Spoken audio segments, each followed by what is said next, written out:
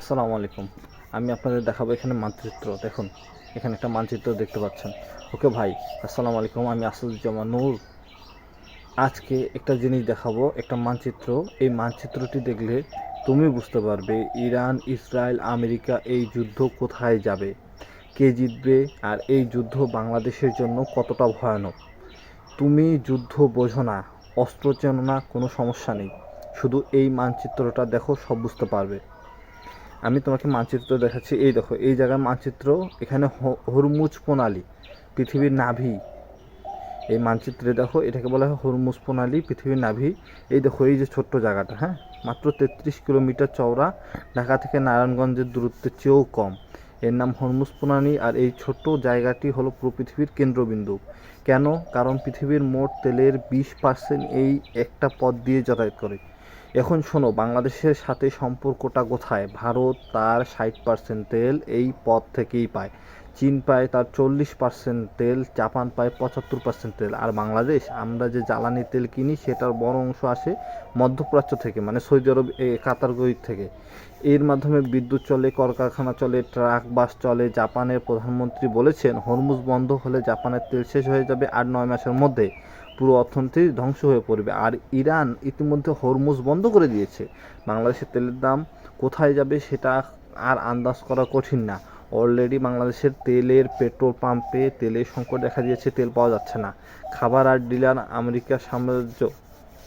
শুনো, আমেরিকার অভাব নেই, কোনো কিছুতে অভাব নেই। ওরা যুদ্ধ বাদ দিয়েছে, ওদের কোনো কিছু সমস্যা নেই। কিন্তু সমস্যা যাদের হবে সেটা হলো সৌদি আরব, দুবাই, কুয়েত, কাতার। এরা তেল বিক্রি করে, খাবার কেনে, ঠিক আছে। এরা, ওদের মরুভূমি, এখানে কোনো পানি নেই, এদের কোনো চাষাবাদ নেই। এরা কী করে তেল বিক্রি করবে? সেই টাকা দিয়ে তারা আমাদের কাছে খাবার কিনবে, আমরা জাহাজ ভর্তি করে খাবার পাঠাই।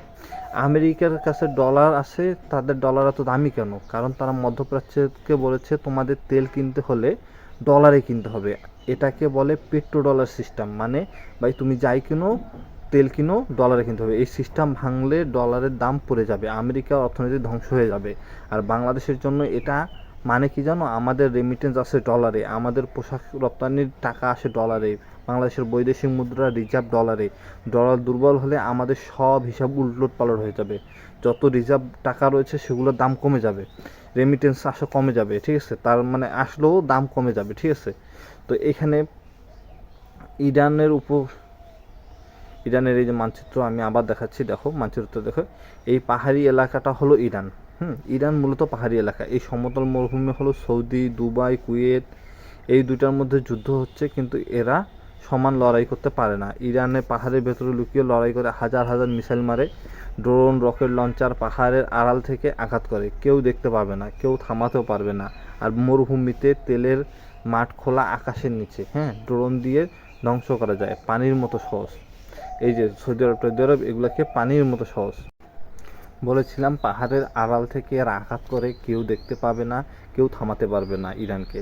আর মরুভূমিতে তেলের মাঠ একেবারে খোলা, আকাশের নিচে, ড্রোন দিয়ে সহজেই আঘাত করতে পারবে ইরান যদি চায়, পানির মতো সহজ।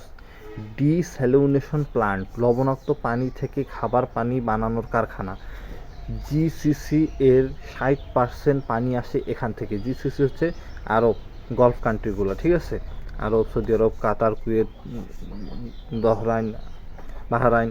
একটি ড্রোন দিয়ে এগুলো উড়িয়ে দেয়, লক্ষ লক্ষ মানুষ পানি শূন্যতা মারা যাবে। আমেরিকার যত ঘাঁটি আছে সেগুলোতে, সমতল জায়গায়, সেগুলোকে খোলা আকাশে ওগুলো উড়াই দিতেছে ইরান। ইরানের মিসাইল থেকে কেউ রক্ষা পাওয়া সম্ভব না। বাস্তব হলো ইরান চাইলে যে কোনো সময় জিসিসির ধ্বংস করে দিতে পারে। এটা থামানোর ক্ষমতা কারো বাপের নেই। এখন পানি যুদ্ধ, ভবিষ্যতে সবচেয়ে ভয়ঙ্কর অস্ত্র পানি, ঠিক আছে, তাই তো মনে হচ্ছে। কিন্তু ইরানও একটি বড় দুর্বলতা হচ্ছে পানি। যেমন তাদের পানিতে অ্যাটাক করতে পারে। ইরানেরও বহু বছর থেকে পানি স্বল্পতা বুঝতেছে। ওদের 2% লোক। জলবায়ু পরিবর্তনে নদী শুকিয়ে যায়, ভূগর্ভের পানির স্তর নেমে যায়। ইসরায়েল আর আমেরিকার পরিকল্পনা কি? ইরানের পানি উৎস ধ্বংস করা, বাঁধ ভাঙা, জলাধার শুকিয়ে দাও, বিদ্যুৎ কেন্দ্র ধ্বংস করো, পাহাড়ের দুর্গ সেটাই হয়ে যাবে পাহাড়ের কারাগার। সেখানে আটকা পড়বে মানুষ। পানি ছাড়া কীভাবে বাঁচবে? খাওয়া ছাড়া কীভাবে বাঁচবে? তখন জনগণ নিজেই সরকারের বিরুদ্ধে বিরোধিতা করবে। আমরা ইতিমধ্যে দেখেছি হাসপাতালে হামলা করেছে, বেসামরিক অবকাঠামোতে হামলা করেছে। ভবিষ্যতে আরও দেখব, বাঁধ ভাঙবে, পানির লাইন কাটবে, বিদ্যুৎ বিচ্ছিন্ন করে দিবে। এই যুদ্ধ সৈনিক মারার যুদ্ধ না, এটা সাধারণ মানুষকে কষ্ট দেওয়ার যুদ্ধ। যাতে তারা নিজেরাই যুদ্ধ থামাতে বাধ্য হয়। ঠিক আছে, মানে ইরানকে মোটামুটি হার মেনে নিতে হবে। বিশ্বযুদ্ধের দরজা নাড়তেছে, হ্যাঁ, খুব দ্রুত বিশ্বযুদ্ধ লেগে যেতে পারে। এখন কথা হলো, আমেরিকা স্থলভাগে সৈন্য কি পাঠাবে? ইরানে কি সরাসরি সৈন্য পাঠাবে? তারা মাটিতে সৈন্য পাঠিয়ে দিবে? তাহলে হ্যাঁ, সরাসরি যুদ্ধ, লাখ লাখ সৈনিক আমেরিকাকে পাঠাবে। কিন্তু আমেরিকার জনগণ কিন্তু চায় না যে সৈন্য যাক ইরাকে। দুইটা পারমাণবিক, এখন যে বিষয়ের কথা বলতেছিলাম, আমেরিকা কি সরাসরি স্থলভাগে যুদ্ধ করবে? তাদের সৈনিক পাঠাবে ইরানে? ইরানের সত্যিকারের মাটিতে কি যুদ্ধ করতে যদি যায়, তাহলে আমেরিকা হেরে যাবে। লাখ লাখ সৈনিক যদি পাঠায়, লাখ লাখ সৈনিককে তারা মেরে ফেলবে। কিন্তু আমেরিকার জনগণ কি আরেকটা ইরাকের যুদ্ধ চায়? ইরাকও অলরেডি তাদের পরাজয় হয়েছে, হ্যাঁ, দুই পারমাণবিক অস্ত্র নিয়েও। ইরাক যদি হারতে থাকে, তখন কি তারা পারমাণবিক অস্ত্র ব্যবহার করবে? এখন পর্যন্ত সবচেয়ে ভয়ানক প্রশ্ন কি, কে কার পক্ষে? ইউরোপ, ব্রিটেন, ফ্রান্স, জার্মানি আলোচনা চলছে এই যুদ্ধে সরাসরি যোগ দেওয়ার জন্য। আর যদি তারা যোগ দেয়, রাশিয়া ও চীন ইরানের পক্ষে নামবে। এটাই হবে তৃতীয় বিশ্বযুদ্ধ। বাংলাদেশের জন্য এটা মানে কি? আমাদের 1 কোটি প্রবাসী মধ্যপ্রাচ্যে, তারা কি নিরাপদ? আমাদের রেমিটেন্স কি আসবে? তেলের দাম বাড়লে আমাদের বিদ্যুৎ, পরিবহন, খাবারের দাম কোথায় যাবে? একবার কল্পনা করছেন ভাই? আপনার কি কোথাও তেল নাই, ট্যাঙ্কিগুলো খালি, গ্যাস পাওয়া যাচ্ছে না, বাংলাদেশে অলরেডি টানাপোনা শুরু হয়ে গেছে, হ্যাঁ। এই যুদ্ধ একটা একটা মুরগির লড়াই অনেকটা বলতে পারেন আপনি, যে দুইটা গাড়ি মুখোমুখি ছুটতেছে, কে আগে সরে যাবে। সমস্যা হলো, ইরানিরা শিয়া মুসলিম, তারা শাহাদাতে বিশ্বাস করে, তারা প্রস্তুত, অনেক দূর পর্যন্ত তারা ভেবে রাখছে ভাই, তারা যখন তখন মরতে প্রস্তুত। আর জিসিসি দুবাইয়ের 90% মানুষ বিদেশি, যুদ্ধ লাগলে দুবাই থেকে পালাবে, তারা চলে যাবে। এটা তাদের লড়াই না। ইতিহাসের সবচেয়ে গুরুত্বপূর্ণ প্রশ্ন এখন সামনে, এই যুদ্ধ কি থামবে, নাকি পুরো পৃথিবীকে টেনে নিয়ে আসবে এই যুদ্ধে? তুমি কি মনে করো, এই যুদ্ধ কি আসলেই যুক্তিযুক্ত?